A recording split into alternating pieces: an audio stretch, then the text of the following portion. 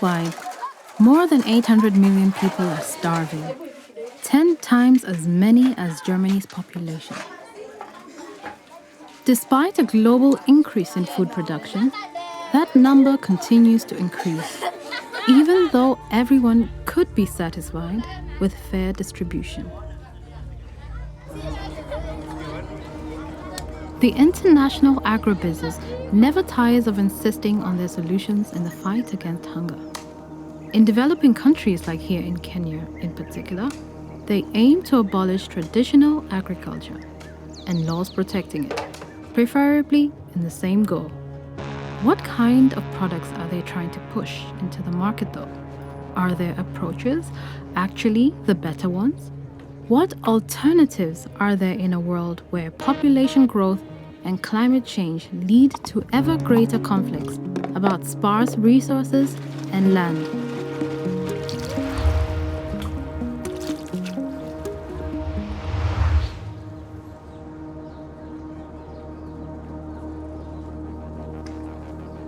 In Kenya, people buy their food from small market stalls, which might arrive one day and disappear again overnight. Where the food comes from is hard to understand. The same applies for knowing whether the food is healthy. The price must be right and the product should look good.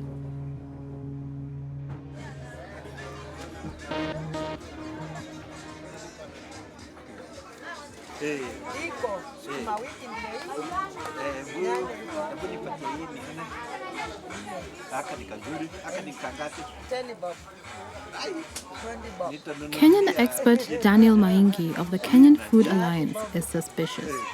He believes that farmers are ready to use pesticides unrestrained in order to produce as much as possible and as cheaply as possible, and that the profit-oriented agricultural and chemical industry exploits this shamelessly. He wants clarity. We bought some vegetables today. They're looking good, but because it's an open market and the sources are not very clear, I really want to know what chemicals are on all these produce. And so I'm going to use the local institutions to try and test this produce to see what's on it.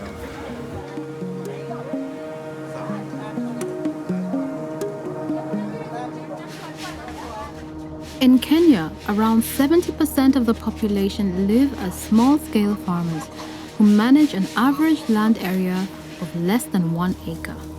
Modern equipment such as tractors, silos, and harvesters can be afforded only by a few.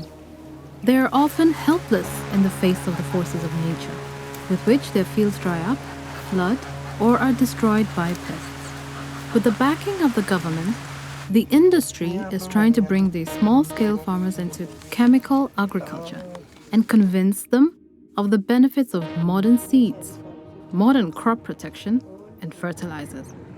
Agro-shops in rural areas are nowadays running a colorful assortment of products, extolling a poisonous cocktail for every problem. With their products, this is a promise. Nobody should have to starve in the future.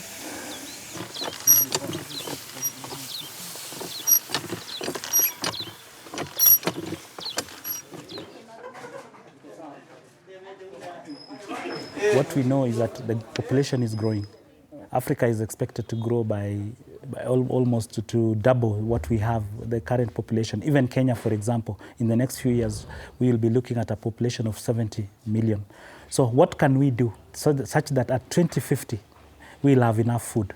So one of the things would be, if the land is not increasing, then we should come up with new ways of doing, of producing more. Can we use the same acreage to produce more? Can we use new technologies, maybe greenhouse technology or any other technology? It has happened in some parts of the world. So can we see what has happened in that part of the world and scale it up and use it in other parts of the world? So if we can do that, then I think it is possible.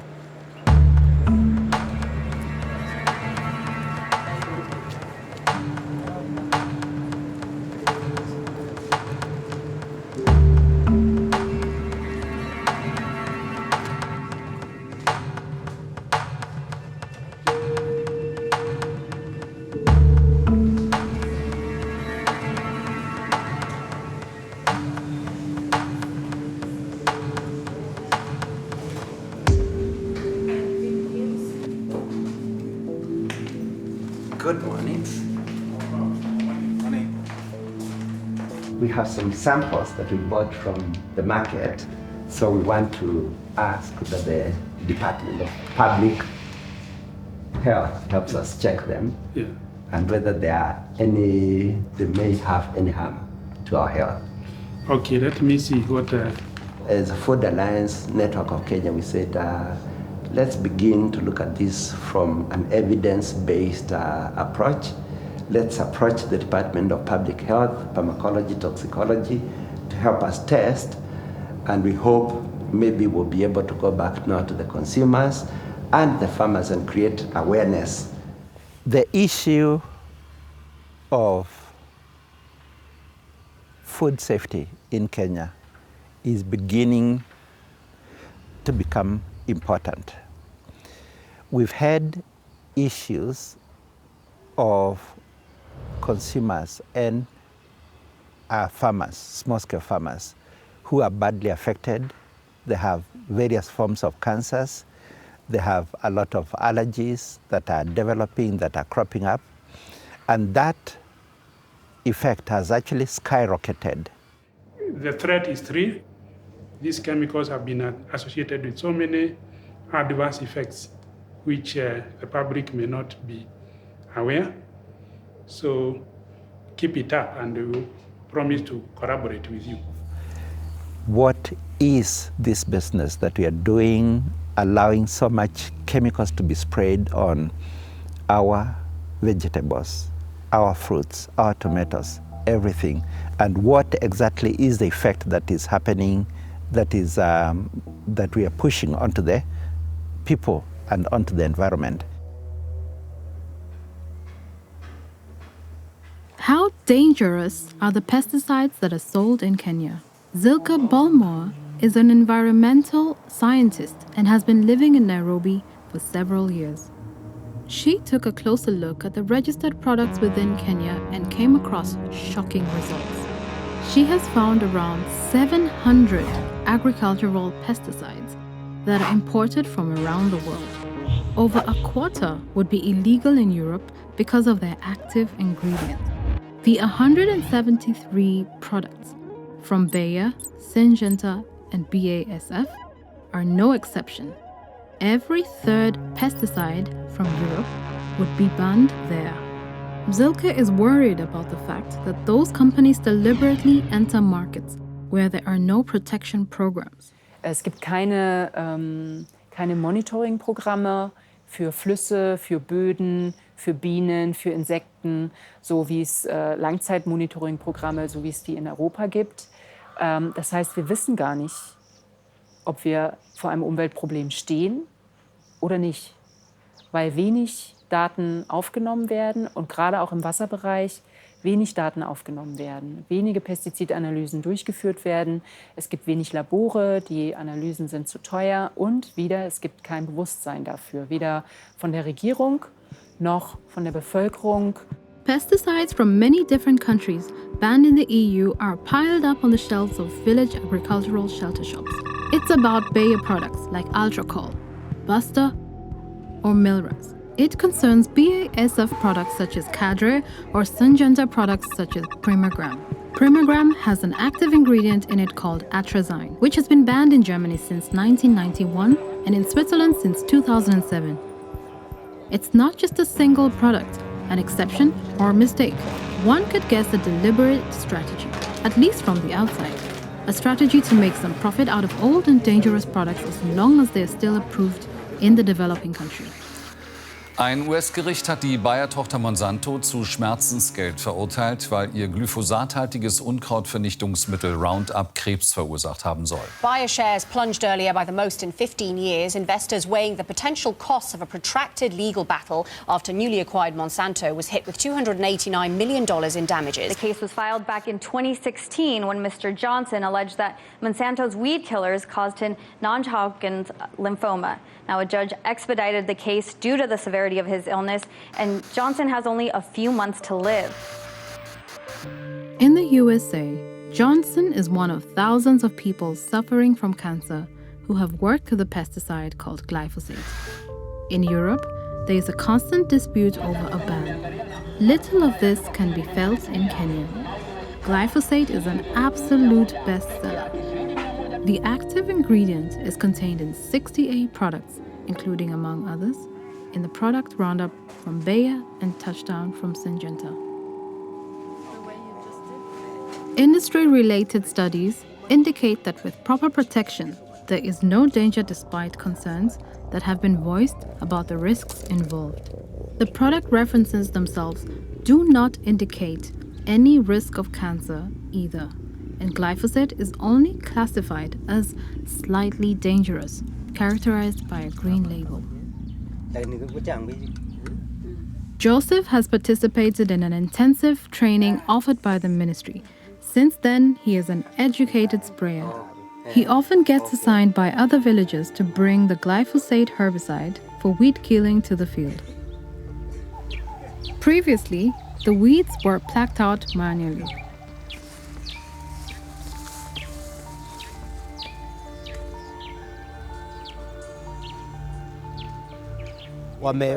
Wamechukua hii mambo ya kupika tawa sasa. La kama sio kama hapo awali. Ndio unaona hivi karibu katika maeneo hii unaweza pata mahali pa mausoni unapata kuna vijana chipukizi ambao wamepungua maduka ya kupeana hizo madawa ya mifugo na mimea.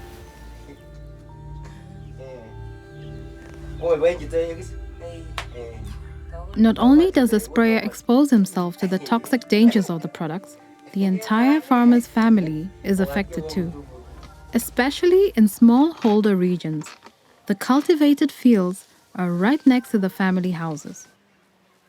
The fields are often so small that no minimum distance for the protection of the family or running waters envisaged by the industry can be maintained.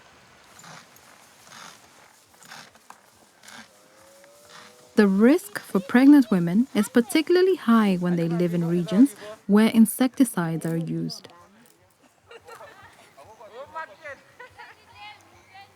In the US, it has been observed over a period of 20 years that numerous premature births occurred in these areas and that children often had a lower indicator of intelligence. The product compound chlorpyrifos is particularly dramatic. The likelihood for children to be born with autism triples in areas where it is applied. The poison was banned in Germany in 2009 for general usage. In Kenya, 28 products are registered with exactly this active ingredient, including the product Bulldog Star from Bayer.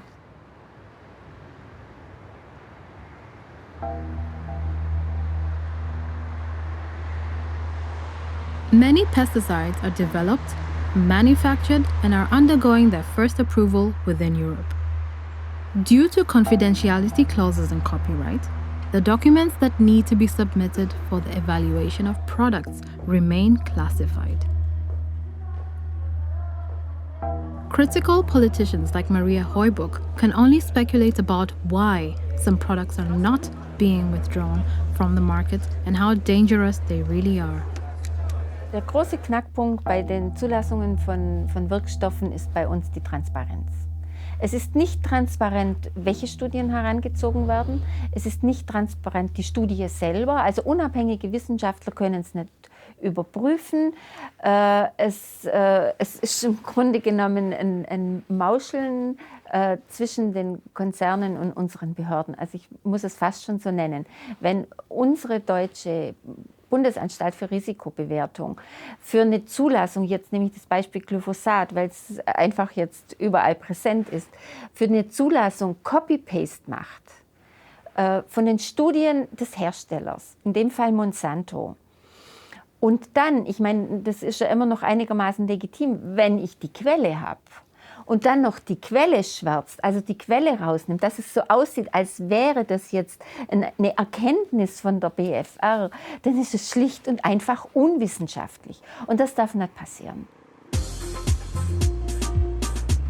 In order to reach small-scale farmers with chemical products, the agribusiness industry organizes large expo exhibition events. Farmers are brought in from rural areas by bus. They come in the hope to buy products for faster and more successful agriculture.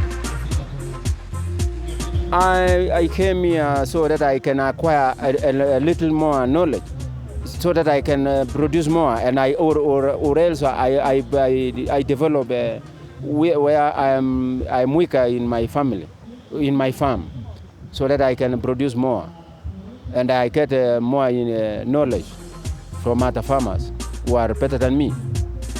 With dance performances, the big producers like Bayer and Syngenta create a show and then bring poisons to the farmers. The exhibitors are convinced of their products. Their message is clear. The user does not have to worry about safety. The company ensures security. You make sure also the product you're bringing is safe to the environment in the sense that it doesn't interfere with any other living creature in the environment. If you're targeting insect, let it be the target insect, and we make sure the product is registered and the farmer is aware and uses it in the right way.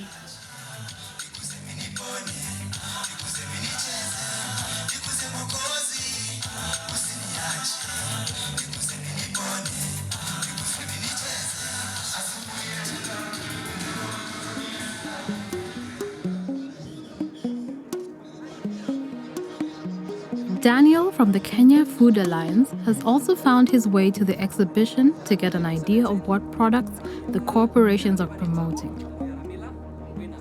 There are many different product solutions to the problem, but often with highly toxic agents.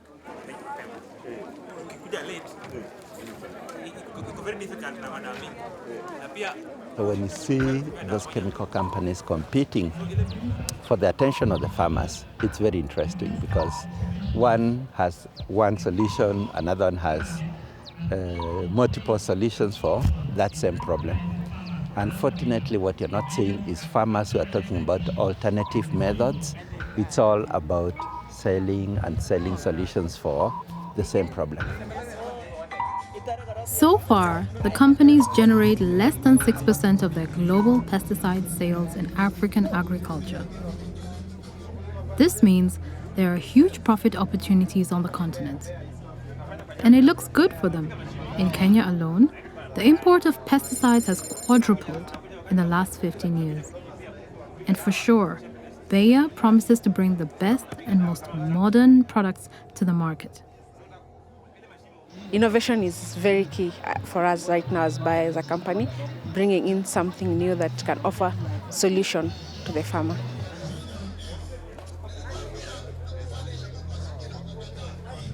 Modern products? You could see it differently. Many active ingredients, such as the pesticides Roundup, Milraz, or Sencor, presented at the exhibition, date back to the 1970s, and their licenses are highly criticized in the European market. Syngenta's Actelic Super is one of those dubious products. US authorities have categorized its active ingredient permethrin as potentially carcinogenic, and it has been withdrawn from the EU market because it is highly toxic to fish and bees. The active ingredient has been banned since 2007, even in Switzerland, the country of production. But for Kenyan farmers like Lydia, Actelic Super is still very popular. It protects farmers' crops against pests and their larvae. Unfortunately, there are serious side effects. After you have applied the powder, you don't just start consuming immediately.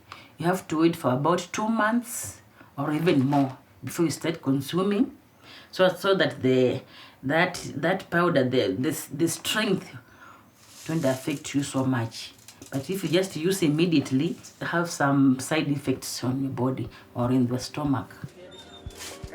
Critics call this sales strategy a double standard based on the double morality that underlies it.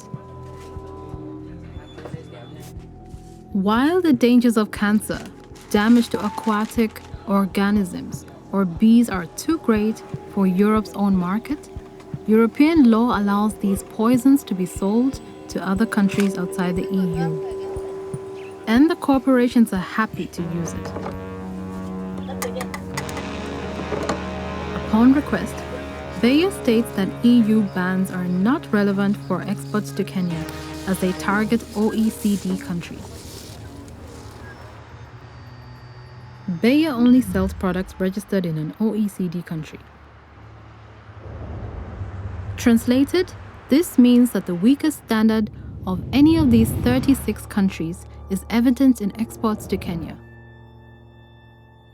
Depending on the policy and country, the individual product bans vary. However, exports to Kenya does not have to be stopped until there is a ban in all 36 OECD countries, a very weak protection for the African market. This is also confirmed in a study published in 2014.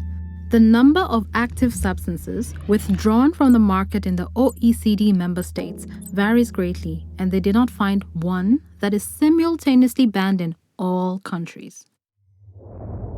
Dann frage ich mich, wollen wir der Totengräber in anderen Regionen dieser Welt sein? Ich will das nicht. Ich will mich daran auch nicht beteiligen.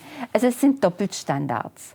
Wenn wir hier in Europa sagen, wir verbieten diesen Wirkstoff wieder, weil wir entweder gesundheitliche Probleme sehen oder Umweltprobleme, dann ist es doch unglaublich, dass wir es trotzdem exportieren. Also für mich ist das eine Doppelmoral, die so nicht sein kann.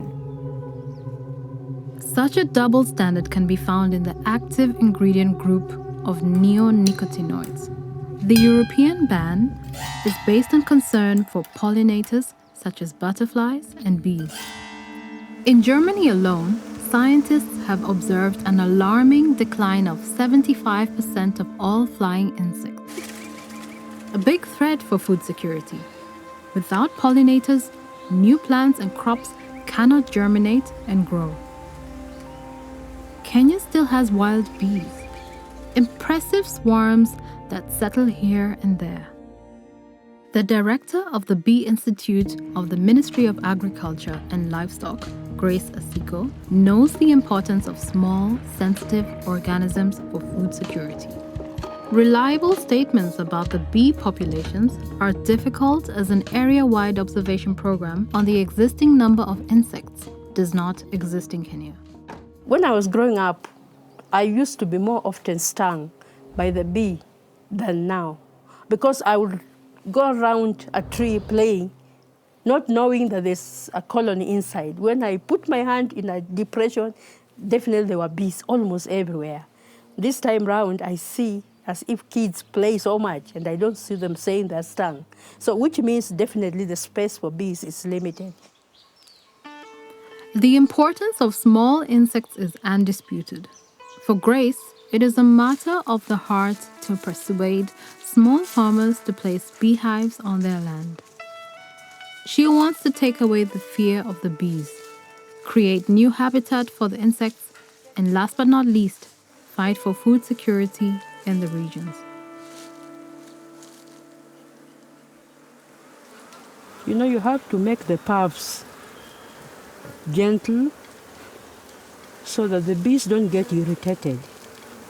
You have to smoke them gently but effectively.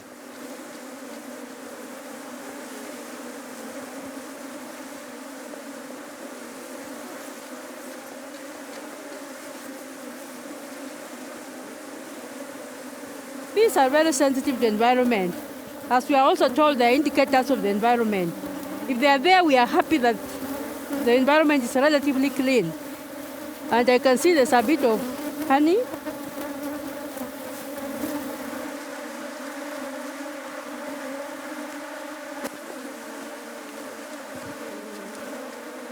You know, when there's biodiversity, there's continuity. And then also when you have fruit crops around you or plants, then you are ensured of the quality production because of pollination. The bees increase food production through quality and quantity. Yeah, when it's quality, quantity, then there's food security. And when you are all food secure, then you are health nation. And the problem I have is now the bee health. Although there are many bees in Kenya, Grace is worried. She observes a decrease of colonies and has already suspected the use of pesticides in agriculture to be the reason Kenyan bees are dying. But so far, she has no evidence. From the way I see, because we see our bees dwindling, we have never used to have a dwindling of bees before. But because from the way we are observing now, there is evidence that bees are declining, and for whatever purpose we have to investigate. I believe the toxic effect from chemicals could be playing a critical role. People are now more well versed with the use of chemicals, but they are not using it sustainably. So it means there could be some chemicals which are being used and possibly they have been banned elsewhere because of their toxic effects. So for that matter, maybe people are doing it out of ignorance or they just defy whatever whatever is already known. It can be assumed that Grace is right with her guess because the insecticides, which are severely restricted in Europe, are sold more and more in East Africa. Is it shameful to talk about the much-needed increase in yields for food security, while at the same time, the industry and governments put the most important natural helpers, the pollinators, in danger? For the German Bayer Group, exactly these products are an essential part of its African range of goods. The company's proprietary drug, imidacloprid, is now sold in 56 products of various companies in Kenya. 9 products directly from Bayer. And this is not just any drug. 1 teaspoon of 5 grams imidacloprid can kill over 1 billion bees. It has to be a responsibility of all of us, the user and also the producer of the manufacturer of the chemical. But I think the larger part, or the onus, the responsibility is with the supplier or the manufacturer of the chemical, because they know what is in this chemical, they know how it should be used, and if people are not using it in the correct way, then it should be their responsibility to try and disseminate the information, get the information to the farmer.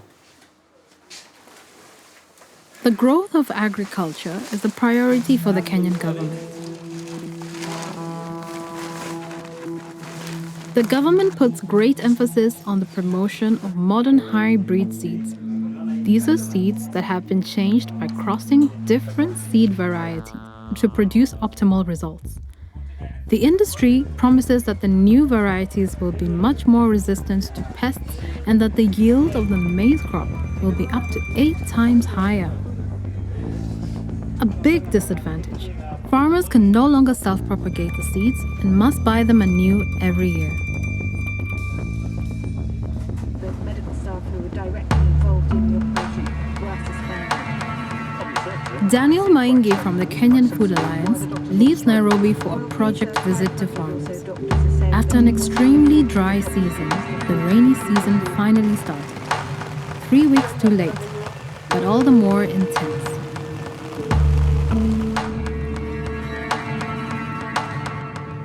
Daniel's project partner, Cosmos, is still using old seeds.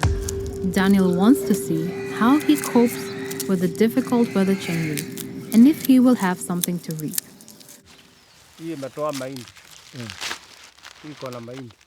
Wakati ya kukuwa na mvua, Kuwa na mvua, but imeproduce. inatoa hata kama ni kidogo. Cosmos here has been planting indigenous local corn varieties for quite a while now. He says that when he plants his own seed that he saves and replants every season, he gets a good amount of produce to feed his family, no matter what the season is. His neighbors that are planted around here only get long stalks that never put any ears, neither do they put any grain. And so they end up cutting and feeding livestock, but no food. An estimated 3/4 of all small-scale farmers in Kenya still use indigenous varieties, which they multiply themselves. In the future, they will face punishment. In order to promote a commercial seed market in agriculture, the government has adopted stricter laws in dealing with seeds. Daniel believes this is an extremely dangerous step for the farmers, for Kenya's biodiversity, and the country. He suspects that these laws are not really about food security for Kenyans, but on the contrary, are motivated by very different business interests behind them. The truth of the matter is, and what we are hearing from farmers, is that the old varieties, including old hybrids, when you put them side by side with newer varieties, whether they are from Syngenta, whether they are from Amiran or Bayer, they are not any better with 50-year-old varieties that were produced by the Kenya Seed Company. Nevertheless, on May 11, 2016, Kenya joined the UPOV Convention from 1991 in the interest of large seed companies. The agreement protects company seed breeds from illegal copies and aims to create a uniform legal framework, which lays the foundations for private investments on the continent for the international industry. Kenya has adjusted its laws to not only prevent counterfeiting. No seed shall be offered for sale unless it has been certified. For many small farmers, this is bad news. Already in 2014, media warned that this ban will have an impact on about 70% of the rural population that have been using and exchanging traditional seeds for generations. In the future, they face a penalty of 10 million Kenya shillings, which is roughly equivalent to the income of 80 years or 5 years in prison.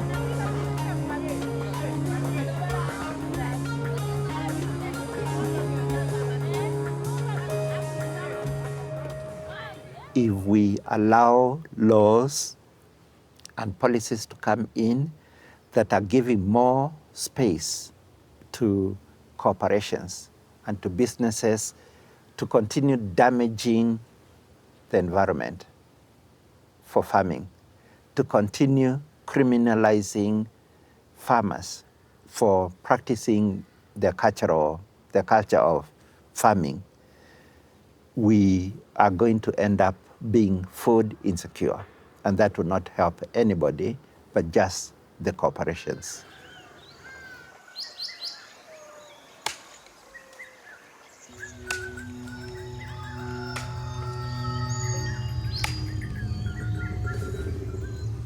At first glance, the industry in Kenya is successful. The harvest statistics testify to increasing yields for Kenya. But in fact, Daniel is right. Because a second glance shows that the total area for maize cultivation has almost doubled since 1980. Despite the increasing use of fertilizers, pesticides, and hybrid seeds in recent years, there has been no actual increase in yield.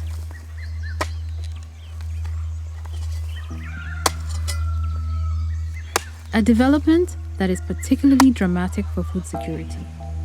Because with a simultaneous increase in population, the servings on the plate are getting smaller. Nevertheless, the industry still believes that aiming for a chemical agriculture in Africa is the answer. We want to change also the mindset of our farmers, that we need to do our agriculture with that business mind or profit objective. So I think we are changing that. We want our farmers to understand that this is a business and it's a profession just like any other. You can earn from farming, you can earn from agriculture, just like you earn from any other job.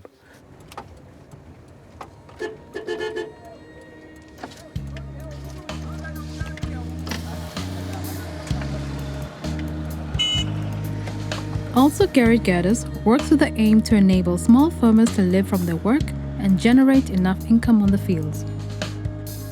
On behalf of the German Development Ministry, he manages the GIZ program for the rehabilitation of depleted and acidified fields in Western Kenya. The prioritized maize monoculture in Kenya with modern, high-breed seeds is, in his opinion, a huge problem. In particular because high-breed seeds bring higher yields only under certain favorable conditions, and that is hard to achieve in the context. For Gerrit, the depleted soils are a major reason why crop yields are not higher, although the seed companies claim low yields because people are using local seeds. Therefore, small farmers in the GIZ training learn to build a natural cycle as an alternative to artificial fertilizer in monoculture. It is absurd, but cannot be dismissed. Development projects in East Africa are rehabilitating soils that are destroyed by industrial inputs to make them fertile again. Good and soft. So even when harvesting, you don't have to use djembe because the soil is now better, as you can see. And it has a lot of humus because you can see the brown dark color that is. Also in einer Handvoll fruchtbaren Bodens haben sie mehr Mikroorganismen als Menschen auf der Erde leben, also mehr als 7 Milliarden Mikroorganismen. Das bedeutet, das ist ein Eingriff in die Natur, wenn nicht Pestizide, die ja nie spezifisch wirken, sondern meistens unspezifisch sind, Breitbandwirkung haben, dass sie dann die Bodenorganismen natürlich auch stark schädigen und das hat dann wiederum einen negativen Effekt. The GIZ concept relies on 4 flow-friendly principles that are contrary to common industry solutions. Minimum tillage, permanent soil cover through using plants, crop rotation, and biodiversity. This approach to farming ensures the topsoil is rebuilt and protected from the strong sun. The soil is enriched with new nutrients and soil erosion is reduced. Es ist so, dass wir nach dieser Zeit sagen können, dass wir im Schnitt die Erträge sowohl von Mais als auch von Boden um 30% erhöht haben. Aber natürlich, je länger wir arbeiten mit den gleichen Flächen, desto fruchtbarer wird der Boden. The success of these methods is confirmed by Cosmas Odur Otieno. Like many farmers, he used to rely on the products of the chemical industry on his small farm, but now he never wants to go back to using them. The land was barren or poor. If I was not get this information or these skills, I thought the whole of the family, my family, would know where to go, even me.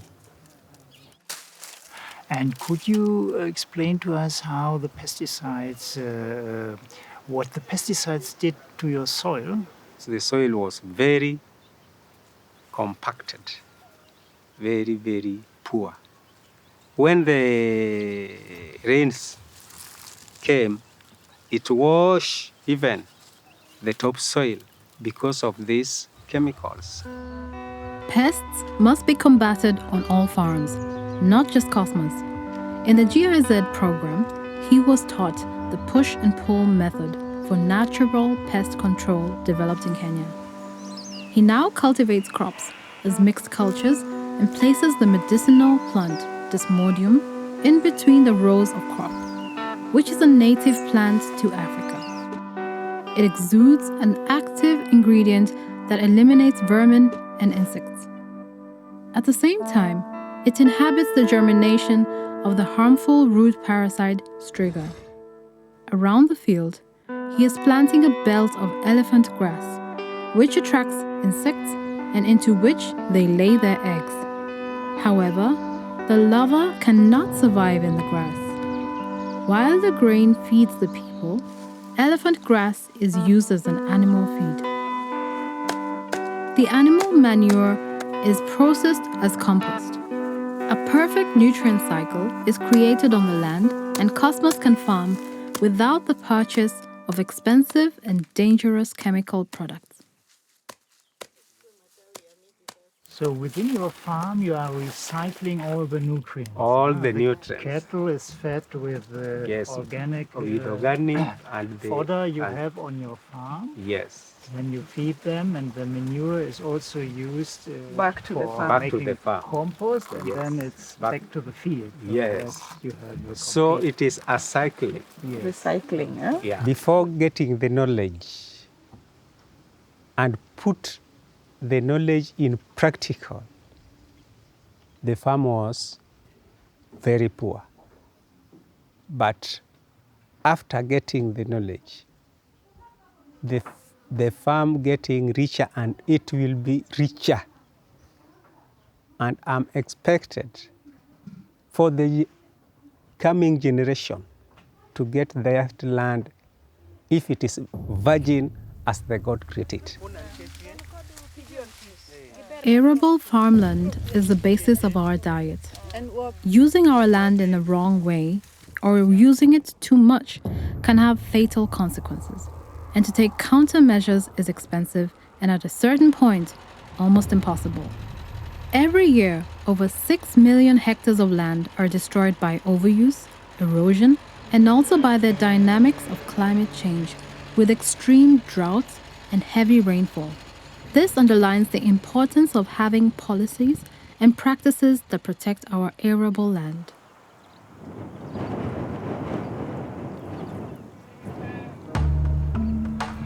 The Turkana region is located in the north of Kenya and home to nomads. The agricultural industry has not shown up here so far. The prospects for profit are too small, even though the lack of nutrition is particularly dramatic here. Over the centuries, overgrazing and merciless solar radiation has degraded the earth. Time and again, the large herds of animals of the pastoralists are destroyed by droughts, and with them, the livelihoods of people.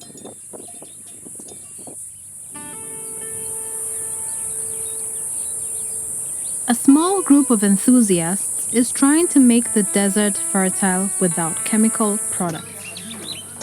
They want to create new ways of soil replenishment before the industry pushes people into addiction with its solutions.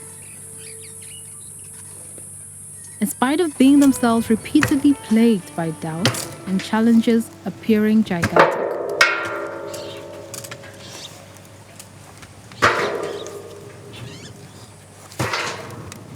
There was a very severe drought whereby cows and camels were dying, even goats.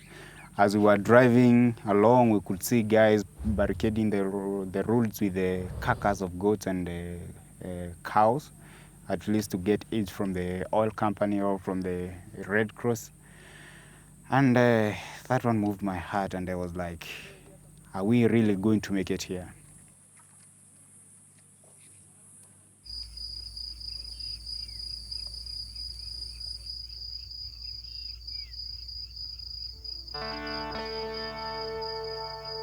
Work is only possible within the very first hours of the day. After 10 a.m., it is too hot, with temperatures often rising to over 40 degrees Celsius. Water is the most precious commodity, and animals are a man's greatest possession. A climate in which conflicts escalate quickly and food security translates into peace.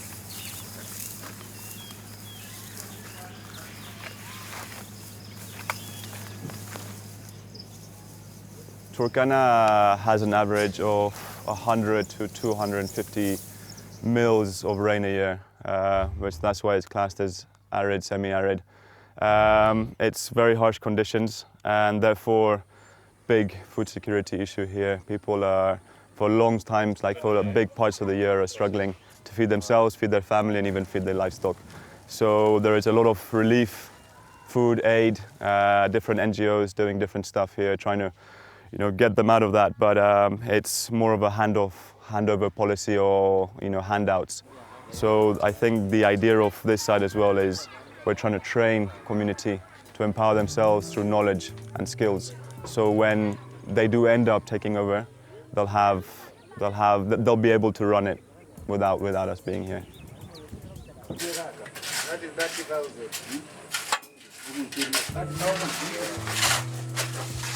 the problem? We have run out of water.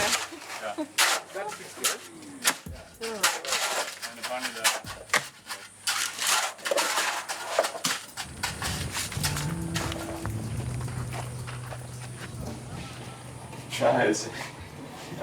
Anyway, yeah, but there's there's too many trucks getting water from the borehole. A lot of water going to watering points for livestock. So there's going to be no water till this evening, maybe, if we get it. Okay. I'm not even sure. So we need to stop.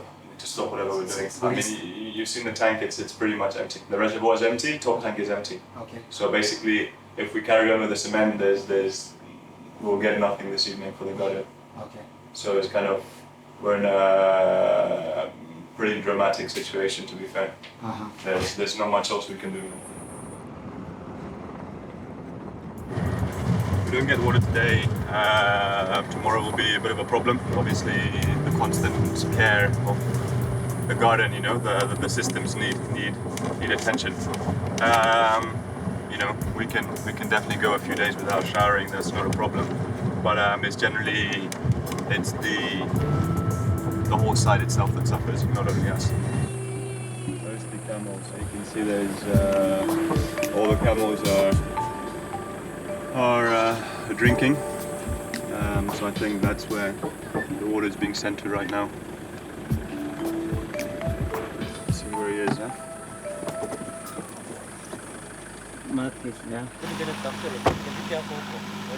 Ano, lazima tupigie lokiti kwanza tujue kama anaweza kuja na sisi kuzimazima. For today, the situation is diffused. Once the camels have been given water, it will be redirected to the farm. Ivan wants to show that people in northern Kenya do not have to depend on the delivery of food aid. With every liter of water that a goat or camel drinks, many food plants could be irrigated and feed significantly more people. Alone for the production of 1 kilogram of camel meat, over 20,000 liters of water are needed, and for 1 kilogram of goat meat, more than 8,000 liters of water.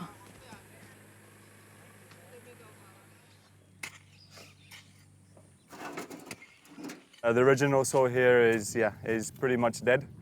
There's no life into it, but slowly over the last 7 months we've been adding nutrients via compost and all these organic matters we're putting on top. We want to be sustainable, but we want to be more than sustainable. Sustainability is not enough. We want to, with the community and the land, become healing forces.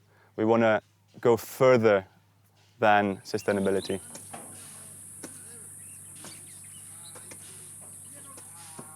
Using the methods of permaculture, the project uses the precious resource water as carefully as possible. In 1 meter cubed, we can host around 90 to 110 plants. Generally, on a meter squared on the ground, conventionally you'd be around 10 to 15 plants. So there's a huge difference in the amount of plants we can grow, but also it's the fact that you can really select the soil you want in. So you can put your compost and your manure all mixed together in the right ratio into your sack. So it's got really good soil and really water efficient. I mean, we'll water them today and then we won't water them again for 3, 4, 5 days. And as you can see, the sun is really harsh. Everything dries up incredibly quickly, but these bags really retain a lot of moisture.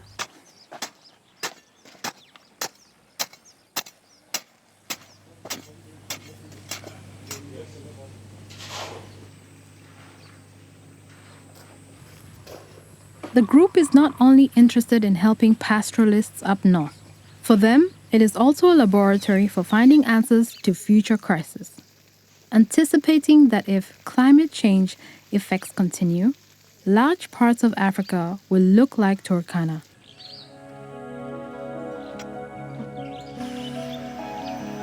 Therefore, they also experiment with old types of seeds. We have our ways of bringing in seed from our own gardens, from our homes, from our friends, from our families, and we've planted a lot of those on our site, including these baby tomatoes. They're a lot more resilient in these conditions, this hard, hot, high pH soil.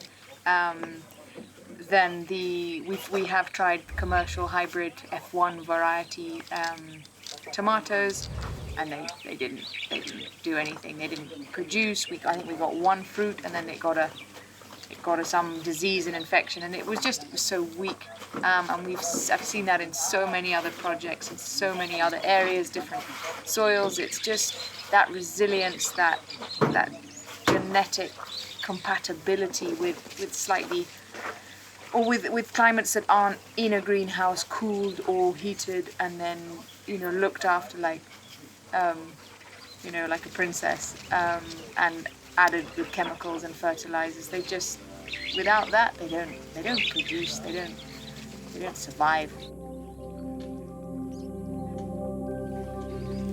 There we go. There's your answer right there. Look, I can even eat one. It does, apparently.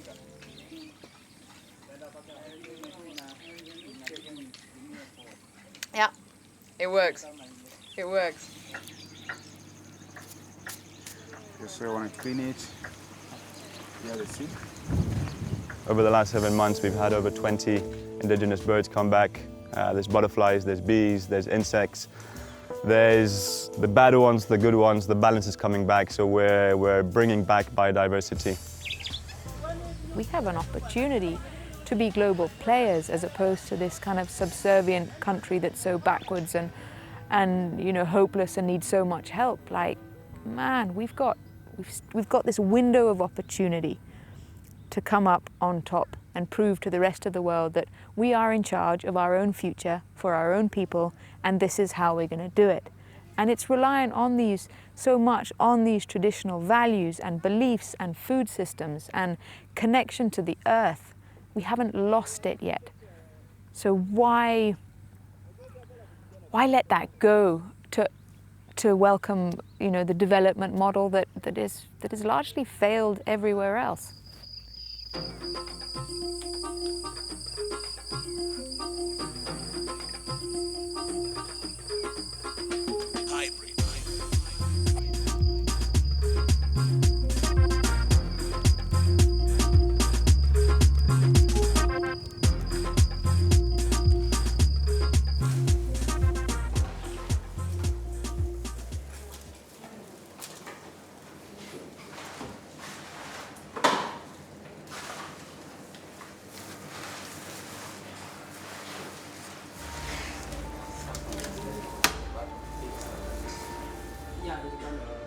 Daniel picks up the results of his vegetables and is disappointed with a few options for analysis. Although the monitor shows many peaks, only a few can be named. The lab has too little reference material to detect all drugs. Therefore, he couldn't find a confirmation that the pesticide residues play a critical role on the high increase of cancer cases within the country, even as case numbers doubled in the last 5 years. But what is found in his vegetables worries him anyway.